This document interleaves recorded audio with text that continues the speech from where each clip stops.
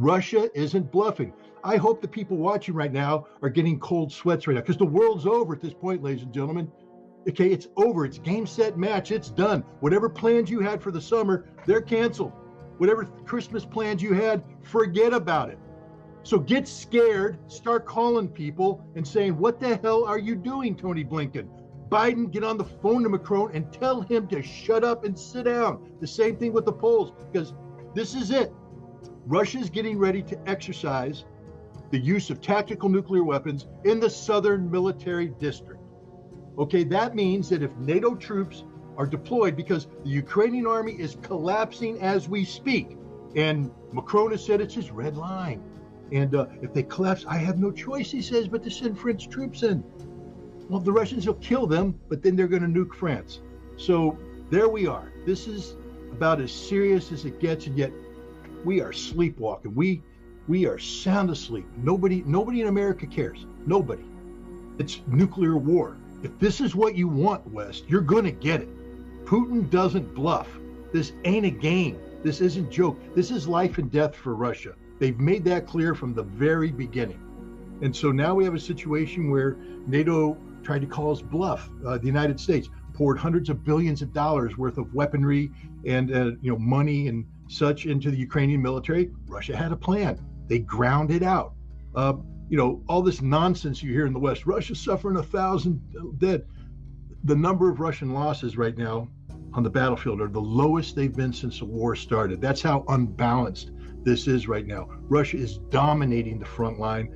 They are devastating the Ukrainians. It was 800 Ukrainian dead a week ago. It was 1,000 earlier. It's up to 1,500 dead. They're just being slaughtered. They're being annihilated, and there's nothing to replace them. So they are literally collapsing. NATO's in a panic. Macron's talking about sending troops. Poland's talking about sending troops.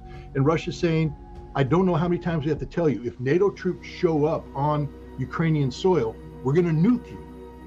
We're going to nuke you. Okay, we're going to take you out, not your troops in Ukraine. We're going to nuke the decision-making centers. I think we need to understand one fundamental truth here, that this conflict is seen by Russia as an existential conflict, that there is no tie, there is no defeat, there is only victory.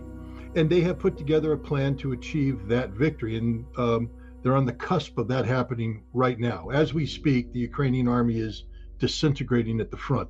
This is sending waves of panic through NATO, et cetera. And this is why you see Emmanuel Macron talking about the need to send French troops if the Ukrainian line collapses. Well, it's collapsing right now. David Cameron making similar statements. Russia has a plan. They have mobilized the troops. They have trained the troops. They have the military, conventional military, to achieve this objective. As I was told by a general earlier this year, major changes on the map in May and probably game over by the end of the summer. And that's the trajectory they're on. The problem is you have the West saying insane things, such as if the Ukrainian line collapses, NATO troops will intervene. This is why Vladimir Putin now has ordered the southern military district. People, please just open your eyes and your ears and listen to what I'm saying. The southern military district to carry out training for the employment of tactical nuclear weapons. This doesn't mean that they're going to use nuclear weapons in Ukraine. They're not. They're going to blow the hell out of NATO forces in Romania, Poland, Germany, France, Italy. It's nuclear war.